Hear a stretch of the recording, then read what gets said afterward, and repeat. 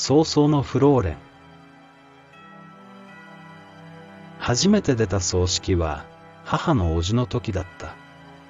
出棺の時、お父ちゃん、お父ちゃんと呼ぶ叔母の声が耳に残る。父方の祖母は夏休みに訪ねていくと、畑で採ったトウモロコシをいろりで焼いてくれた。お腹を壊さないか心配する母がいた。同じく祖父は校長もした教師で、勉強ばかりしていると聞いた僕に、縮んで伸びるシャクトリムシの話をしてくれた。母方の祖父は、僕が小学校に入るとき、ランドセルや筆箱を買ってくれた。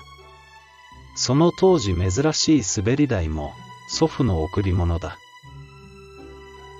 祖母は母が編み物教室に通っていたとき、僕らを預かってくれた。僕らにとって安心できる時間だった。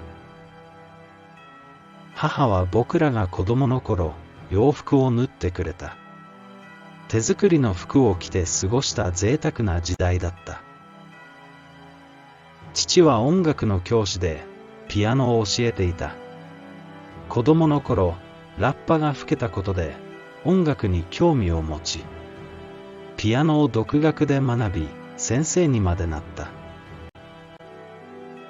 一人の叔父の死は萩の寺で知った。母を姉ちゃんとしたい、おしゃれな車で我が家に来て、昼ご飯を食べて帰った。もう一人の叔父は僕に理科年鑑を買ってくれた。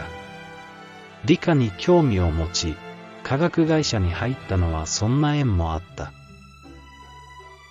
義父から嫁に出すつもりで育てた娘ではない。それでもいいかと言われた。その言葉を受け、今も義父の思いで接している。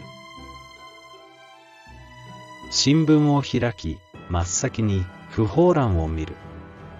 短いこの世をけなげに生きてきた勇者の記録だ。